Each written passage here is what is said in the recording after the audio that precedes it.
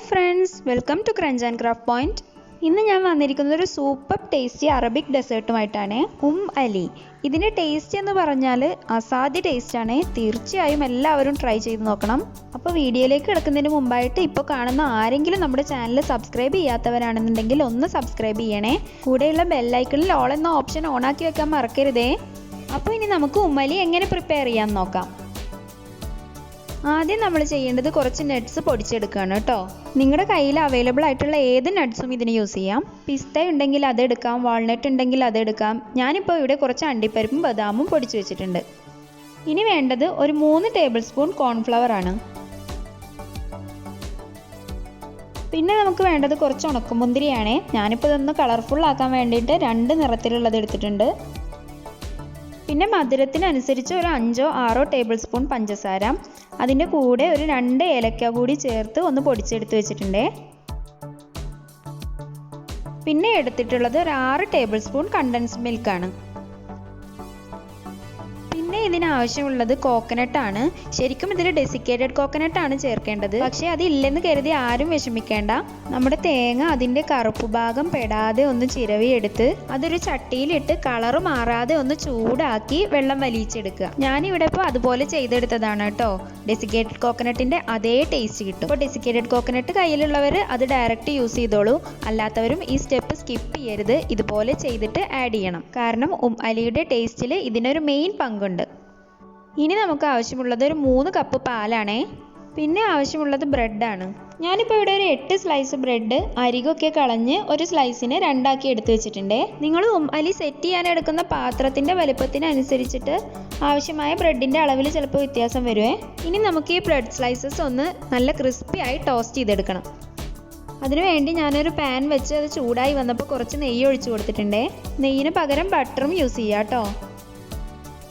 ഇനി നമ്മുടെ bread slices ഓരോന്നായി വെച്ച് കൊടുത്ത് തിരിച്ചും മറിച്ചും ഒക്കെ ഇട്ട് ഒന്ന് ടോസ്റ്റ് ചെയ്തെടുക്കാം.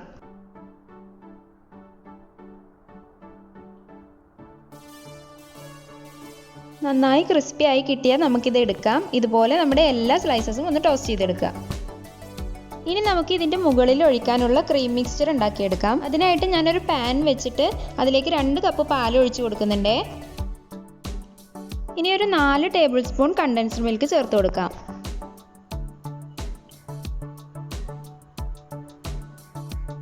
പിന്നെ നമ്മൾ പഞ്ചസാരയും ഏലക്കയും കൂടി പൊടിച്ചു വെച്ചിട്ടുള്ളതിൽ നിന്ന് നിങ്ങളുടെ മധുരത്തിനനുസരിച്ചിട്ട് 2-3 സ്പൂൺ ചേർത്ത് കൊടുക്കാം. ഇനി നമ്മൾ എടുത്തു വെച്ചിരുന്ന 3 ടേബിൾ സ്പൂൺ കോൺഫ്ലവർ കുറച്ച് പാലിൽ കലക്കിയെടുത്ത് അത് ഇതിലേക്കൊന്ന് ഒഴിച്ചു കൊടുക്കാം. ഇനി ഇത് കുറുകി കിട്ടുന്നത് വരെ കൈവിടാതെ ഇളക്കിക്കൊണ്ടിരിക്കണം. നന്നായി കുറുകി വരുമ്പോൾ നമുക്കിതെടുത്ത് മാറ്റി വെക്കാം. ഇനി ബ്രെഡ് സ്ലൈസസ് വെറ്റ് ചെയ്യാനുള്ള ഒരു മിക്സ് റെഡിയാക്കണം. അതിന് വേണ്ടിയിട്ട് പാൻ വെച്ച് അതിലേക്ക് 1 കപ്പ് പാൽ ഒഴിച്ചു കൊടുക്കുന്നുണ്ട്. ഇനി 2 സ്പൂൺ കണ്ടൻസ്ഡ് മിൽക്ക് ആഡ് ചെയ്യാം. പഞ്ചസാര പൊടിച്ചതിൽ നിന്ന് 2-3 സ്പൂൺ ആഡ് ചെയ്ത് കൊടുക്കാം. ഇനി ഇത് നന്നായി തിളച്ച് കുറുകി വരുമ്പോൾ നമുക്ക് മാറ്റി വെക്കാം. ഇനി നമുക്ക് ഉമ്മലി സെറ്റ് ചെയ്ത് തുടങ്ങാം അല്ലേ. അതിന് വേണ്ടിയിട്ട് ഞാൻ ഇതുപോലെ ഒരു പാത്രമാണ് എടുത്തു വെച്ചിരിക്കുന്നത്. ആദ്യം ഇതിലേക്ക് ടോസ്റ്റ് ചെയ്ത് വെച്ച ബ്രെഡ് സ്ലൈസസ് വെച്ച് കൊടുക്കാം. ഇതാ ഇതുപോലെ ബ്രെഡിനെ ചെറിയ പീസുകളൊക്കെ ആക്കിയിട്ട് കറക്റ്റ് ഒരു ലെയർ ആക്കി വെച്ച് കൊടുത്തിട്ടുണ്ട്. ഇനി നമ്മൾ പൊടിച്ച് വെച്ചിരിക്കുന്ന നട്ട്സ് കുറച്ച് ഇതിൻ്റെ മുകളിലേക്ക് ഇട്ട് കൊടുക്കാം. ഇനി ഇതിൻ്റെ മുകളിലോട്ടായിട്ട് നമ്മുടെ കോക്കനട്ട് ഇട്ട് കൊടുക്കാം. അതിനുശേഷം ഉണക്കമുന്തിരി ഇട്ട് കൊടുക്കാം. ഇനി പാലും മിൽക്ക് മെയ്ഡും ചേർത്തുണ്ടാക്കിയ മിക്സ്ചർ ഇതിൻ്റെ മുകളിലേക്ക് ഒഴിച്ചു കൊടുക്കാം. നമ്മുടെ ബ്രെഡ് നന്നായിട്ട് വെറ്റാവുന്ന തരത്തിൽ ആവശ്യത്തിനുള്ളത് ഒഴിച്ചു കൊടുക്കാം.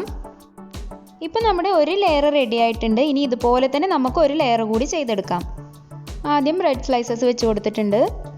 അതിൻ്റെ മുകളിലായിട്ട് നട്ട്സ് ആഡ് ചെയ്യുന്നുണ്ട്. പിന്നെ നമ്മുടെ കോക്കനട്ട് ഇട്ട് കൊടുക്കുന്നുണ്ട്. അതിനുശേഷം ഉണക്കമുന്തിരി.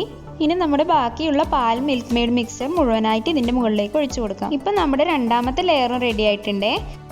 ഇനി നമ്മൾ ഉണ്ടാക്കി വെച്ചിട്ടുള്ള കോൺഫ്ലവർ ക്രീം മിക്സ്ചർ മുഴുവനായിട്ടും ഇതിൻ്റെ മുകളിലേക്ക് ഒഴിച്ചു കൊടുക്കാം. ഇനി നമുക്ക് വീണ്ടും ഇതിൻ്റെ മുകളിലോട്ടായിട്ട് കുറച്ച് തേങ്ങയും നട്ട്സും ഉണക്കമുന്തിരിയും ഒക്കെ ഇട്ട് കൊടുത്ത് ഒന്ന് ഗാർണിഷ് ചെയ്തെടുക്കാം. ഇപ്പം നമ്മുടെ ഉമ്മലി ഏതാണ്ട് റെഡി ആയിട്ടുണ്ട്. ഇനി ഇത് ഇങ്ങനെ തന്നെ ഫ്രിഡ്ജിൽ വെച്ച് സെറ്റ് ചെയ്ത് കഴിക്കാം. പക്ഷേ യഥാർത്ഥത്തിൽ ഉമ്മലി ഉണ്ടാക്കുമ്പോൾ അവരിത് ശരിക്കൊന്ന് ബേക്ക് ചെയ്തെടുക്കുന്നുണ്ട്. അപ്പോഴാണ് ഉമ്മലിയുടെ ആക്ച്വൽ ടേസ്റ്റ് വരുന്നത് കേട്ടോ. അപ്പോൾ ഞാനിവിടെ ബേക്ക് ചെയ്യാൻ വേണ്ടിയിട്ട് ഒരു വലിയ പാത്രത്തിൽ ഉപ്പിട്ട് കൊടുത്തിട്ട് അതിൻ്റെ മുകളിലൊരു സ്റ്റാൻഡ് വെച്ച് കൊടുത്തിട്ടുണ്ട്.